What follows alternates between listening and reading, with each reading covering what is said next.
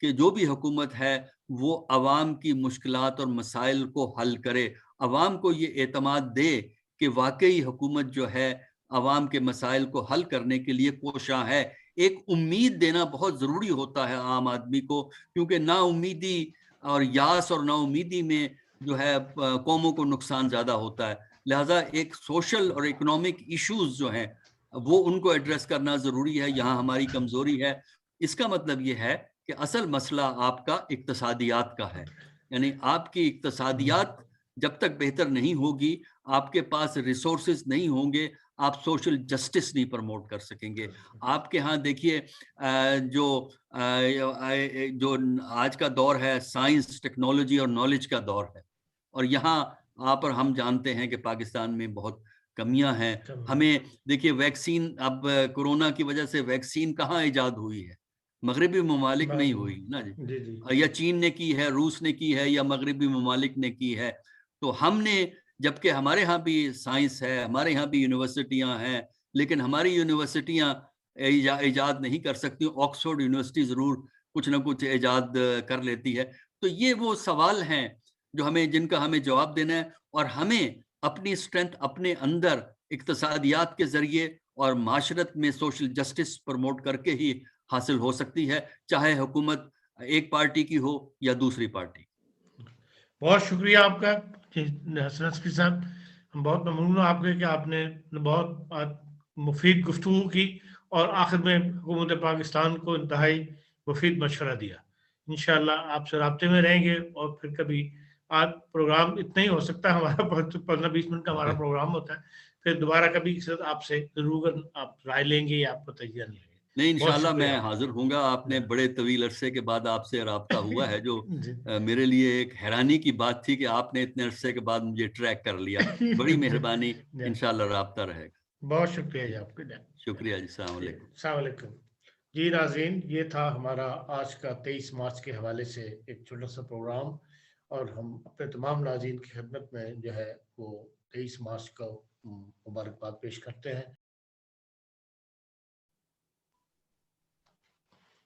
جی ناظرین، یہ تھا ہمارا آج کا پروگرام، جس میں ہم نے پروفیسر حسن عسکری صاحب سے ایک لمبے عرصے کے بعد دوبارہ رابطہ کر کے تو یوم پاکستان کے حوالے سے، یہ یوم قرارداد پاکستان کے حوالے سے آج ان سے گفتگو کی، اور انہوں نے بھی جو ہے پاکستان کی حکومت کو انتہائی سوشل جسٹس کا انتہائی مفید مشورہ دیا۔ اس کے ساتھ ہی ہمیں آج کے پروگرام ختم کو پہنچتا ہے۔ اجازت دیجیے، کل پھر ایک نئے پروگرام کے ساتھ 23 مارچ کے حوالے سے ہی ایک نئے مہمان کے ساتھ آپ کی خدمت میں حاضر ہوں گے۔ اللہ حافظ۔